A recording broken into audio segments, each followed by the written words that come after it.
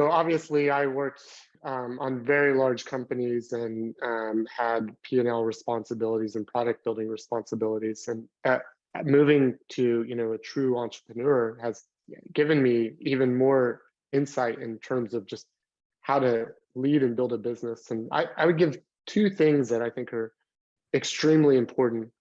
The first is being very, very persistent. Most startups fail because they don't find product market fit, or they effectively give up.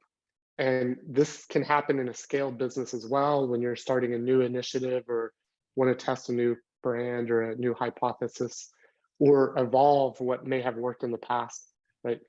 But knowing that you need and knowing that you have those first principles and knowing that it's going to work if you stick at it. And so, early days of startups, we had to go find the first customers. They had to bet on us and our technology. And being persistent at that point was really important for Fabric to get the flywheel going.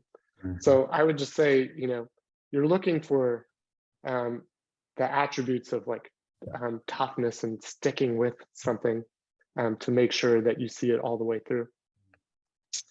The second thing that I would, relay to everybody is obviously doing something of importance cannot happen on its own. You must build a team.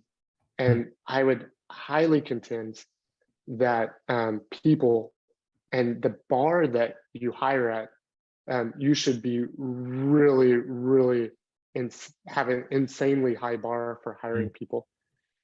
We found, at Fabric and throughout my career that if you over, invest or over work on the pipeline of people that you want to work with, it's important. As a growing business, or if you're in the middle of it, you need a person to do a job. And it's easy just to hire the person that you think can do the job then. But really sticking to some core principles about, I would be delighted to be able to work with this person over time, I think is really important. And it's not that you have to find, and this is the tough thing about this, by the way, is it's not about identifying the successful people. Good people, people who are good at their jobs will naturally be successful over time.